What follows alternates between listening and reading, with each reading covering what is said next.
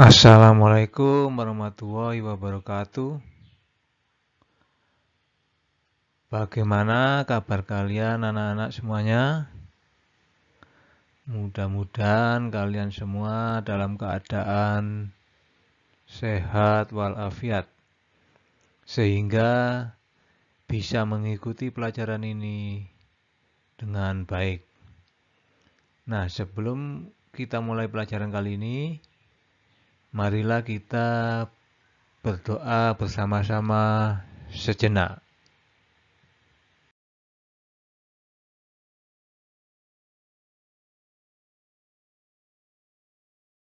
أعوذ بالله من الشيطان الرجيم. بسم الله الرحمن الرحيم. الحمد لله رب العالمين الرحمن الرحيم مالك يوم الدين إياك نعبد وإياك نستعين اهدنا الصراط المستقيم صراط الذين أنعمت عليهم غير المغضوب عليهم ولا الضالين آمين. رضيت بالله ربا وبالإسلام دينا وبسيدنا محمد نبيا ورسولا.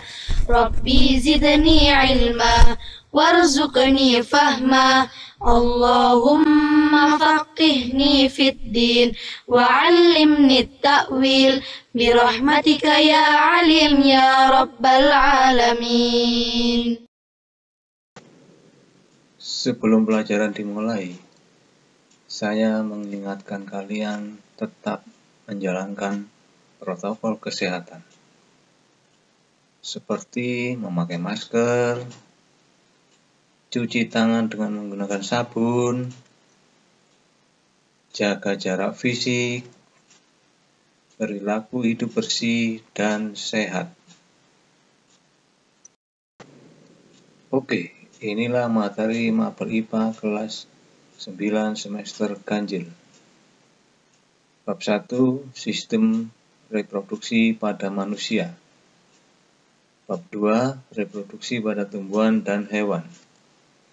Bab 3, kependudukan dan lingkungan. Bab 4, partikel penyusun benda mati dan makhluk hidup. Bab 5, kelistrikan dan teknologi listrik.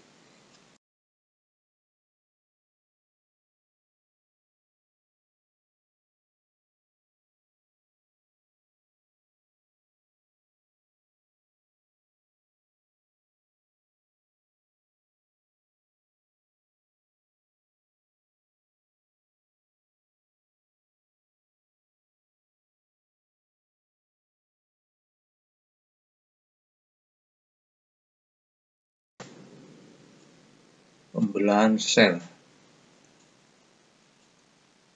Pada awalnya, manusia berasal dari satu sel. Selanjutnya, sel tersebut mengalami pembelahan secara terus-menerus, sehingga pada saat dewasa, manusia memiliki sekitar 200 triliun sel. 200 triliun sel. Wow. Sel-sel tersebut mengalami perubahan bentuk dan fungsi. Sel-sel yang memiliki bentuk dan fungsi yang sama akan bergabung menjadi suatu kesatuan untuk membentuk suatu jaringan. Pada sistem organisasi kehidupan ada suatu hierarki. Sel membentuk jaringan, jaringan membentuk organ, organ membentuk sistem organ, dan akhirnya membentuk organisme seperti kita ini. Kita lahir di dunia ini karena adanya ayah dan ibu.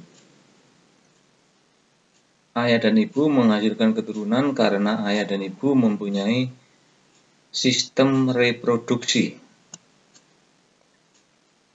Tanpa sistem reproduksi ini, maka niscaya kita tidak dapat lahir di dunia dan umat manusia akan punah.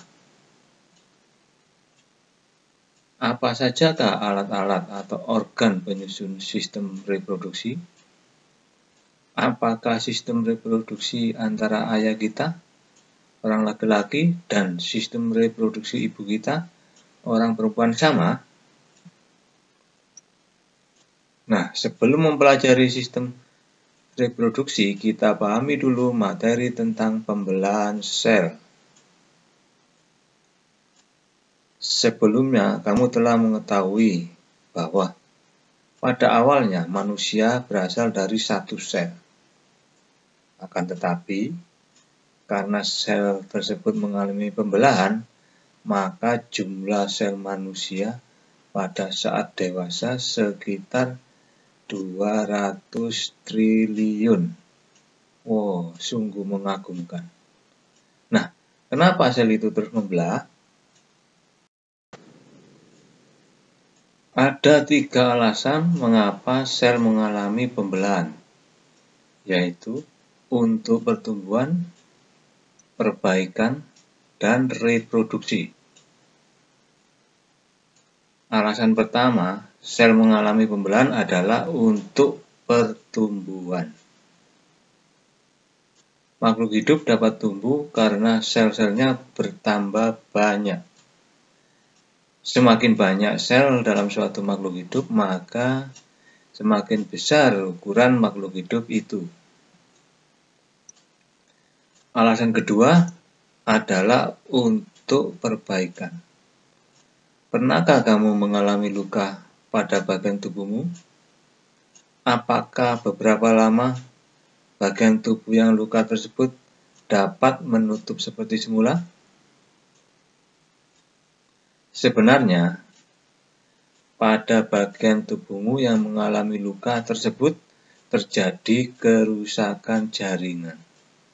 Nah, perbaikan jaringan yang rusak pada tubuhmu tersebut adalah hasil dari proses pembelahan.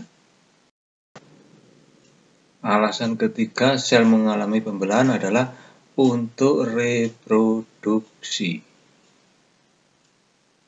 Reproduksi atau perkembangbiakan adalah ciri lain dari makhluk hidup. Pada reproduksi seksual, diperlukan sel kelamin untuk membentuk individu baru atau anakan.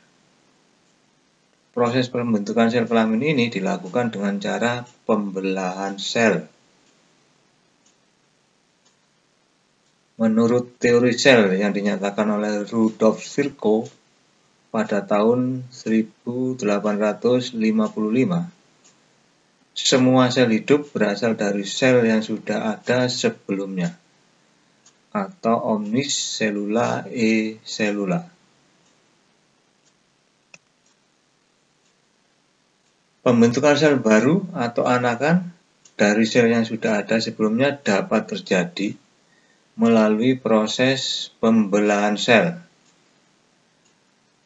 Pembelahan sel dibedakan menjadi pembelahan mitosis dan meiosis. Nah, di sini dulu anak-anak. Sebelum mengakhiri pertemuan kali ini, mari kita mencoba merangkum materi tadi. Hierarki organisasi kehidupan dimulai dari yang paling kecil adalah sel, kemudian jaringan, kemudian organ, sistem organ, dan organisme. Adanya keturunan disebabkan oleh sistem reproduksi pada organisme. 3 alasan sel mengalami pembelahan. 1. Untuk pertumbuhan. 2. Untuk perbaikan. Dan 3. Untuk reproduksi.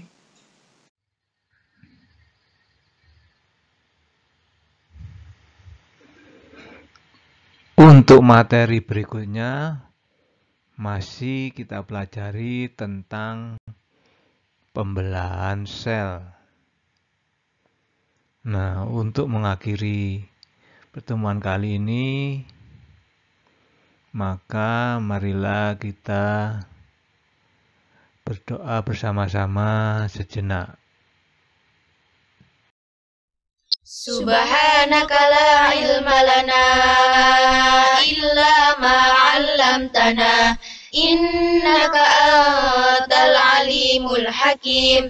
Allahumma anfa'na bima 'allamtana wa 'allimna ma yanfa'una wahdina li ahsanil akhlaq fa innahu la yahdi li ahsaniha illa anta. Allahumma ighfir li masyayikhina wa liman 'allamana warhamhum wa akrimhum biridwanikal 'azim fi maq'adis sidqi 'indaka ya arhamar rahimin. Sekian dulu anak-anak. Semangat berdoa dan belajar akan membuat kalian sukses. Wassalamualaikum warahmatullahi wabarakatuh.